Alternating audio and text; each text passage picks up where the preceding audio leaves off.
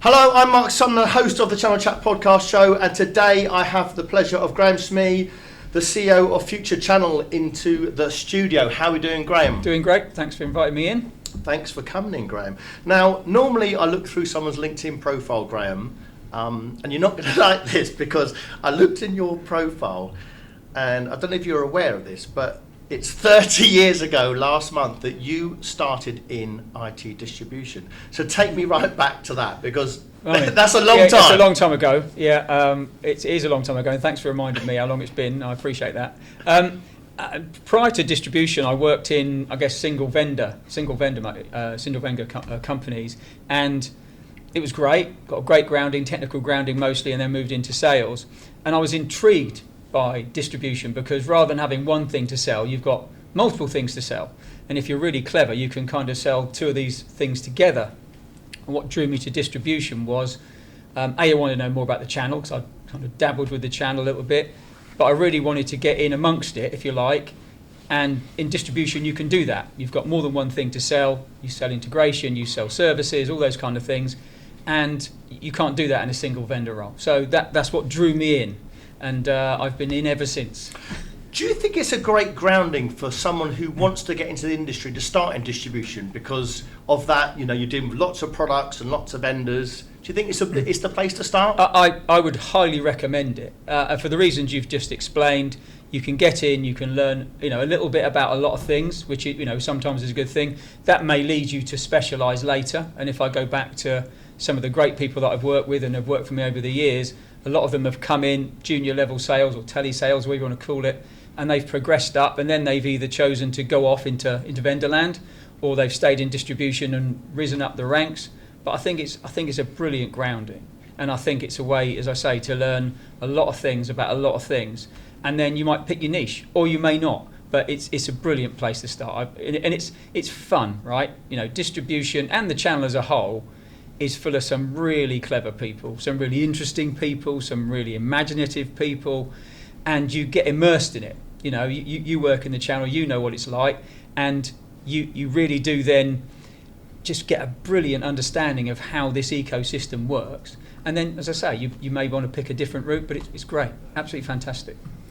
Now, Grahame, for the listeners that are going to be listening today, they're going to be looking at your profile, and you've done something that most people can't do, which is get into a company, start a company or be part of the start of a company, and then sell it. And not only have you done that, you've done it 3 times. So I want to go back to that start. So okay. Tell me about Equip. You were a part owner there. How did you get in there? So Equip was formed out of some of the existing management of the previous business.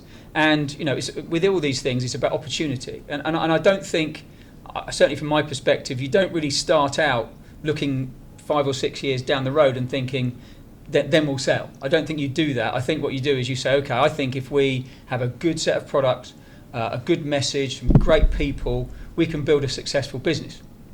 And that's what you start off, and you build a successful business, and it grows and it grows, and you may branch out. You very seldom end up, if you write a business plan for the first 3 years, I guarantee it'll be wrong after 5 minutes. It's you react to the market and you grow, and then you get to a certain stage where that business has value, right? And it has a value to you, and it has a value then to somebody else. And if someone comes along and says, look, we think it'd be a great fit for our company because it will add to our portfolio, add to our customer base, add various bits to it, then it's very tempting then to sell. And I've been very fortunate that I've managed to do it on multiple occasions. But I always describe it, it's a bit of a roller coaster. M&A, it seldom goes 100% right. But I think every time you do it and every time you're involved in it, and I've sat both sides of the table, I've been a buyer and a seller, you get to learn. Every time you do it, you learn a little bit more about the process, about the pitfalls, about the people, and that's all you can do, right? You go forward, you learn, think, won't do that again, and you go on. And that's what I've managed to do. Did you want to sell? When you were Equip, did you want to sell, or did you get approached? How did it work?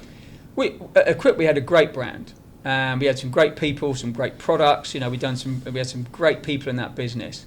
And we were very fortunate at that time. M&A was hot, and we got approached, I think, several times before we decided to say yes. And even right at the end, when we'd we're a long way down the process of selling to ultimately the people who bought it. We had two others come in at like 5 to midnight and say, we'd like to be involved in this. Really? Can we get involved? Because, secrets in IT are very hard to keep. I always say that. It's very hard to keep a secret in IT. But we were approached then, at 5 to midnight by people who wanted to come and jump in. So, ideally, like anything, 2 buyers is better than 1 because, then you're into a little bit of a bidding war. But it was great fun. And, it's something I've really enjoyed, hence why I've done it multiple times. And you don't have to say figures or anything, but what is the process that actually goes through? So they come, they approach you, and they say, I'm interested. Then what happens? What's the due diligence that actually happens? So I guess there's 2 levels or 2 strands of due diligence, and perhaps even 3. There's the commercial due diligence, which is how let's look at your P&L. A lot of that's public anyway. Look at your balance sheet. Look at the trends in your business. They want to look at vendor breakdowns and customer breakdowns and all that kind of stuff. They're just looking to make sure there's nothing untoward there. Then there's more the sort of legal side of it. They want to look at contracts and all that kind of stuff, which goes on almost at the same time. And those 2 things go along together, and eventually someone, usually an accountant or someone with an accountancy with an F in their title, will come up with an evaluation, and that valuation typically is nowhere near what you want. That's typically, and that's what will happen. They'll say, "We'll give you this," and you'll go, "Oh," and you'll say, you go, "No, there's been a big misunderstanding," and then it's just a commercial negotiation, where you've got, across to the side of the table, you've got a finance person looking at his spreadsheet, shaking his head, and you've got someone who's in a commercial position who's going, "We've got to make this deal happen because of the synergy and the products and everything else." I mean, there is an argument that commercial people shouldn't be involved in M&A, because what happens is you get to a certain point where both the buyer and the seller think it's a deal you've got to close, and in a commercial environment, you've got to get the deal done, right? You've got to get the deal done. Maybe you discount a bit, maybe you change the terms a bit, but you get the deal done. Whereas the finance person is usually the sane head in the room who's going, we're way outside our parameters here. This shouldn't be happening, and that's what makes it fun. I mean, I won't talk about names, but I mean, I've been to meetings where you've had finance people, commercial people, and legal people in the room, and you sit there for hours on end. Not arguing is the wrong term, but discussing how it's going to be. And, eventually you get this thing that I think most people call it deal fatigue, where it's been going on for weeks and weeks and weeks. You're bored of it, aren't you? And you are absolutely exhausted. Yeah. You're absolutely exhausted. But you think, we just got to try and get this done now. We just got to try and get this done. And, fortunately, we have got deals done. But, we say it's been done 3 times. That's been brilliant. But I could name 3 or 4 times as many discussions that never went anywhere. Really? Yeah. You were just going back and forth. And just gone no finish. Yeah. I mean, I think from a legal perspective, once you get to heads of terms, once you get to the point where you go, okay, look, this is the framework under which this is going to happen. If you get there, chances are it will happen. But sometimes you never get there. When you get to heads of terms, for the listeners that don't know, what does that mean, and what stage are you still talking over? Are you talking? You're not talking over like the price of staplers, then you're actually talking. No, I mean you're establishing a framework for the deal, really, and you're saying, look, typically a company will acquire the 100% of the share capital of the company that's being acquired, and they will say it's going to be for this, and the details of the initial payment may be agreed, maybe not. The earn-out may be agreed, maybe not, but the framework is there. And typically what happens then is you get a period of exclusivity where you as a seller can't talk to anybody else, can't entertain any of the discussions from anybody else, whilst you try and get the deal done. And that may be 4 weeks, 6 weeks, 8 weeks, whatever it might be. And that protects both sides, because at that point onwards, you're now probably you're starting to spend money. You're spending money on solicitors, and you're definitely spending management time trying to get the deal done. So you're having there's a protection mechanism there to stop people wasting their time and money. But still, I would say once we signed heads of terms and the deal didn't go through. It's expensive business, isn't it? That is a very and it creates bad feeling if you're not careful all around. But it can happen.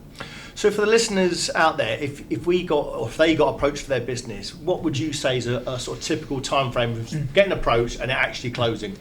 If I can answer your question in a slightly different way, if you said to me, I want to sell my business today, what should I do? I'd say what you need to do is go back 6 months or 9 months and make sure you're ready for sale. Okay, which is a bit of a, I know it's a question you asked, but if you can get everything in order, all your contracts in order, all your dealings with HMRC in order, all that kind of stuff in order, stuff with employees, stuff about your building, if you get all that lined up, it makes the process so much easier. Right. Because they say, right, what we need is 1, 2, 3, 4, and you can go, there you go. And that can save you weeks. Because, if you go to the average business, not meaning to run down anyone else in the channel, but if you go to some businesses and say, can I have all your employee contracts? Can I have all your vendor contracts? Can I have all this and all that? They may just have a little look around the room and think, okay, we need to get that together. But if you've got it together, it's great. But I think the thing I would say is, go into it with your eyes open. It's not an easy process. It sometimes doesn't happen. You probably won't get exactly what you want, but be prepared for that. You will always value your business higher than a buyer will, because you've sweat, right? You've sweat for years probably to get it to where it is. You're attached to it emotionally. You've got the scars, so you're going to go, it's worth this to me. It doesn't matter what it's worth to you. Makes no difference. It's what it's worth to them. The first deal you did you get what you want? Were you happy when you Then the last thing I was going to say, and this leads on to your point, were you happy? We sold the cohort business to Exertis, to DCC, who were very professional throughout, did a great job, and part of the reason I was happy was because of how they acted after the acquisition. They were professional throughout, as I say, and we got a deal that we were happy to sign. That's all you can really say, and so were they. It took longer than probably both of us wanted it to take in the end, but overall it was a good deal. And one thing I would say to anyone starting their business, due diligence, people think it's a one-way thing. If I'm buying your business, I say, give me all this information, give me all the information. Due diligence has to be a two-way street. You need to be asking me as a buyer, potential buyer, you need to be saying, tell me about your business, tell me about your culture, tell me about how long people tend to stay in your business. What's your policy on this? What's your policy on that? Because it's really important, because as I always say, the Monday morning after the deal, right? Typically these deals end up on a Thursday or Friday or something. Everyone gets a little bit, it's all over. And Monday morning, when everyone's sobered up, sometimes quite literally, they come in and they'll, the salespeople will think, how's it going to affect me? How's it going to affect my commission? How's it going to affect my customer list? How's it going to affect the vendors I sell? Technical people will have a slightly different view. They'll just think, is my job safe? Can I get promoted? All those kind of things. And I think most importantly, people in back office functions, accountancy and credit control and marketing and all those kind of things are thinking, I wonder if there's someone like me in the business that's acquiring us, because if there is my job safe? What am I going to be? So I think you have to have a Monday morning plan, as I call it, where you say, right, on Monday morning, this is what I'm going to say, this is how we're going to act. And, you can get that very wrong, get it very wrong. And then things do go wrong. Because distribution, and that's really what we're talking about, is a people business, right? If you take the people out of a distributor, it's finished. Finished, yeah. Yeah. Equally, you take the products out of a distributor, it's finished too. But the people are really important. And if you take the people out, what have you got left? And also, what have they bought? So you exit, you go, and then you do it all over again. Why would you do that? As someone who someone said to me, who's a friend of mine most of the time, said, "I'll give it to you, Grahame. You're a one-trick pony, but you do it quite well." Yeah. and that is how it feels. Yeah. I like it. I like the feeling of something from nothing, which the startup, getting involved in leading edge technology, being a bit disruptive. I love all that. And a lot of people love it too. A lot of people who have worked for me on multiple occasions. So they're as much to blame as I am in some cases. But I like that. I like the ride of it. And you can make mistakes. You can get it wrong. You can have all these pressures that startups come with. But generally speaking, you do get to a great place, and then you build something of value, and you can stand next to it and say, I was part of that. I was part of that success. How big a part, you can argue about all day, but I was part of that, and that that's a great feeling. Really is a great feeling. But I'll tell you the one thing that does change. The first time you do it, it's very emotional. It's very emotional because it's like, it's like your first child or something. It's from there to there, and now someone else is in charge, because you're not in charge anymore, right? You need to understand that. Your question about, what advice. Once you sign that piece of paper, and you probably get a few quid in the bank, you're not in charge anymore, right? Get used to that idea and adopt to it and be a good employee and everything else, but you're not in charge anymore, so you need to be prepared for that. Did you get used to that? You've gone from running it, owning it. Yeah, you might have a few quid in your bank account, but now you're going to be told what to do. You're an employee. Yeah, well, and again, this comes back to good acquisition and good post-deal management. I never really felt that way with Exertis. They said, look, we want you to do this. This is what we want you to do. This is the resource you can have. This is this. This is that. And I went, okay, great. And I can work within those rules and I can go and get on with it. Fantastic. It's when that doesn't happen, that's when there's problems, I think. But yeah, you have to make that leap. You have to do it. Let's talk about the second time. When you did it the second time, what lessons did you learn from the first time? You said you were emotional the first time, or what was the lessons you'd learned? Well, I think the lessons learned were, as I've said, due diligence both ways, understand what's going to happen afterwards, communicate with your staff as much as you can. The difficulty is it's all confidential, right? All this stuff is confidential. So typically 2-3 people in your business would know that it's going on. And so you can't have a company meeting and say, just so you know, we're going to sell. You can't do that because it's just not allowed. So you've got to work out what your Monday morning message is, and you've got to have agreed that with the people buying your business. You've got to agree with the senior management. This is what we're going to do, and this is what we're going to say, because we need to have stability. We need to keep this going because it's in a good place. We're on a good trajectory. We need to maintain that, and if possible, make it better. So yeah, you've got to communicate better, and yeah, you learn that. I think the first time you don't do that very well. What about the third time? When I hear you've done it like 3 times, and then I'm thinking, you must be putting yourself through so much stress and strain. Why are you doing it a third time? Well, I guess it's just opportunity comes, right? Opportunity comes along. You've got to a certain point, and you think, okay, yeah, this seems like a good deal. I mean, again, not all deals are good. I'm sure that someone better than me at M&A stats can tell you what percentage of M&A deals sort of fail, but it's quite high, and you have to measure what failure is. But it can be high, and it can go wrong, and maybe it's no one's fault, maybe it's just circumstantial, but it can go wrong. And so When after you did those 3 sales, you then went into a bit of consultancy about M&A. So you went from like helping people and advising people. So give the listeners a bit of a background on that. So that was by accident, but someone said to me, or a friend of a friend said to me, oh, you know a bit about M&A, don't you? And I said, well, yeah, a little bit, yeah. And he said, oh, a friend of mine's trying to sell their business, and I wouldn't want to say names, trying to sell their business, will you help them? And I'm like, yeah. So I met with them, and they told me what they were trying to do. They were selling rather than buying. And I sat down with them, went through the structure of the deal, and it was completely away from IT. And I think the only thing that you have to be careful of is, we live in this sort of IT bubble, channel bubble to a great extent, and then you step outside of it into something completely different. This was involved in sort of taxes and couriers and this kind of stuff. And it's a completely different world. The sales methods are different, the cadence of the business is different, but the principles of M&A are the same. I have something, you have something, I will pay you X for that something. But he made it clear from the start, which made the job a little bit harder, was he was never going to stay. As soon as that ink was not even dry, as soon as it was still wet, done. And I said, well, why wouldn't you stay? He said, because I can't stand the bloke who's buying it. I could never work for him. So I signed the piece of paper and I'm gone, literally gone. So that typically in channel M&A you stay, right? You stay and you do an earn out or something, or at least there's something to keep you along. He was not doing that, so that made it difficult. Does that affect the price? Yeah, massively, or not so much?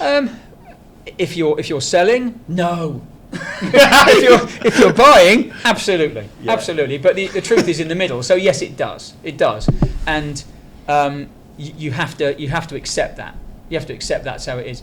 But taxes and couriers, it's not so people dependent. I mean, clearly you need people to drive the vehicles, but it's not quite the same as having business relationships that channel typically have. So you're not quite as, it's not quite the same. When you've done it the 3 times, did you have a period of you've got to work like an earn out? Yeah, all 3 times. All 3 times. How did you motivate yourself, thinking I've sold this? I'm just thinking for myself. If someone bought Robinson Sumner or Channel Chat, I'd be like, can't be bothered now. You're not talking the price up by doing that. You know that, right? But I would struggle. I'd be thinking, oh, this is hard work now. Did you find that, or were you motivated? I was motivated. I think, again, first time more difficult. As it goes on, you just have to accept that things are going to change. And there's a really easy way to avoid being in an earn-out, and that's not to sell your company, right? So all this is voluntary. So if you don't want to do it, don't do it. You know, an FD that was an FD of mine back, second acquisition, we got to a certain point, and I was getting a bit, jaded. And he said, you don't have to do this, right? You don't have to do this. You can just go on. If you want to, you can just go on. We've got a good business. Yeah. So, you do think about it, but I think you go on for yourself, personal pride and all that kind of stuff. And all the people that you've employed and you've taken on the journey with you, they're employees. They rely on their employment for to various levels. They rely on you to steer the ship correctly. So you're doing it for them a lot of the time, and you're doing it to make sure that they have that stability, because if you go, 5 minutes after the deal's done, they may look at you and think, perhaps I should go too, and I think it's important from a stability perspective, so you've got to keep at it. I'm a bit binary, either do it or don't do it, and that's kind of it. Now, Grahame, there's talking about doing it or don't do it. Yeah. What the hell are you doing? Because you are now starting it again. You are now starting another business in distribution right now, this week actually. So why are you doing that? I liken it to the mafia, right? You can you can never leave, right? You can think you've left, but you can never really leave. But I mean, obviously, I know a lot of people in the channel, and you stay connected with people and so on, and you talk to a lot of vendors. Because distribution tends to start with the market, and then it goes on to vendors in that market, and then you look at, okay, what's the opportunity there for the channel? Because I can start a distributor tomorrow, but if the channel and particularly the end user market isn't ready to adopt that technology, you're wasting your time. You're wasting your time. Yeah. In fact, you're more than wasting your time. You're wasting your money. So you've got to be clear on what you're going to sell, why you're going to sell it, and why the market might want it. And it's just a market opportunities there for what we're trying to do. Timing's good, and we think we've got enough to go again. So off we go again. So Future Channel. Yeah. Tell the listeners, what is that? What's it going to serve? What's it going to do? So if I can look at the market real quick, if you look at cloud, everyone knows cloud. It's just revolutionised the way that we process IT, right? And if you look at market size, the numbers are almost unbelievable. It'll be $1 trillion business probably next year. It's just, you can't get your head around it. And that's the revolution. The evolution is the fact that if you look at now what's happening to cloud computing, it's becoming more edge biased. It's coming closer to you and I where we're working. And there's reasons for that in terms of performance and latency and bits and pieces. So you're starting to see a lot of edge computing technology come along, especially sort of disruptive types. And we're very fortunate that we're now signing up with some of those. We think it's a great opportunity for the channel, and we think time is right. So it's a good time, and we're going to do everything we can to help the channel sell these products and services. So it's a great time to do it. And if you go back through all the businesses I've been involved in, they've always been a little bit disruptive. There's been the status quo, and then something happens that brings on another raft of development, another raft of products. So that's what we're doing. Do you see it as being disruptive? Do you think this is going to disrupt the market? What, the distributor itself? Yeah. I mean, people love to say the word, right? Oh, it's disruptive. I mean, I shouldn't think that some of the big distributors would really care what I'm doing. I don't blame them. But I think in terms of some of the vendors have got some really disruptive messaging, I think. And, they're going to take on some of the more established players in the space and say, look, you were doing it like this. We do it like that. And guess what? We can do it quicker. we can do it more cost effectively, and we can do it, from a sustainability perspective in a much better way. So I think, distributors are only as good as its products, right, and its vendor relationships. So we're gonna ride along with them, and I think it'll be good. I think it'll be fun. From the lessons you've learned over the last 30 years and selling 3 distributors yourself, what do you say now is the key ingredients you're going to look for in future channels? What does it need to have for you to say, do you know what, Mark, in 5 years' time I might have sold it or I'll keep it or whatever? What's it got to Well, it's got to be relevant, right? It's got to be relevant, and it's got to be something that the market wants. We've got to have great people, and I'm a great believer in investing in people, empowering people. And the biggest success I've had, arguably, is some of the people that have worked for me and gone on to do really pretty, important, powerful jobs in the IT world. So, in 5 years' time, it's got to look like a professional, engaging, relevant business that the channel respects and the channel wants to deal with a set of products that the market wants, and that's success, really, I think. What type of vendors are you going to go after? So we've been very lucky. We've already signed several. I'm not going to turn this into a product pitch, but they all sit in various categories. Edge Cloud is one of them. Sustainability is another one. I'm not one for great statistics, but the amount of resources that IT consumes is huge. It's absolutely huge. So I think everyone has an obligation to try and reduce that, to try and manage that. So we're going to be focusing on sustainability in some of the products we sell. Just with our FinOps platform, for example, where we're looking at saving people on their cloud expenditure. That cloud expenditure is money, but it's also emissions. It's also, making sure that we're on the right side of that argument. So we're going to sort of focus on those areas. But I also never say never, because a phone call tomorrow says, actually, we think you could do a great job for us. Could we have a chat? And if it fits in, and if it's disruptive, if it's new, leading edge, why not? It's got to be in the right stage. So you'd be happy for vendors to approach Grahame and say, look, Grahame, we're interested in working with you. You'd entertain conversations all the time. And I do. Yeah. I mean, we've been sort of stealthily getting our act together with Future Channel, and we've signed up a few vendors. They'll launch when we launch. But I have others in conversation, which wouldn't be fair to say they were, but some of them are already in other distributors and not getting the mind share they want, not getting the value add they want. So yeah, it's interesting, and who knows who might sign. Let's talk about the trends for the industry at the moment. You've mentioned a couple there already. What trends do you think are going to impact the channel next year? What do you see is going to happen in the market? So everyone's talking AI, right? And if we step back a level and just talk AI in the world, it's probably the single most disruptive thing that's happening.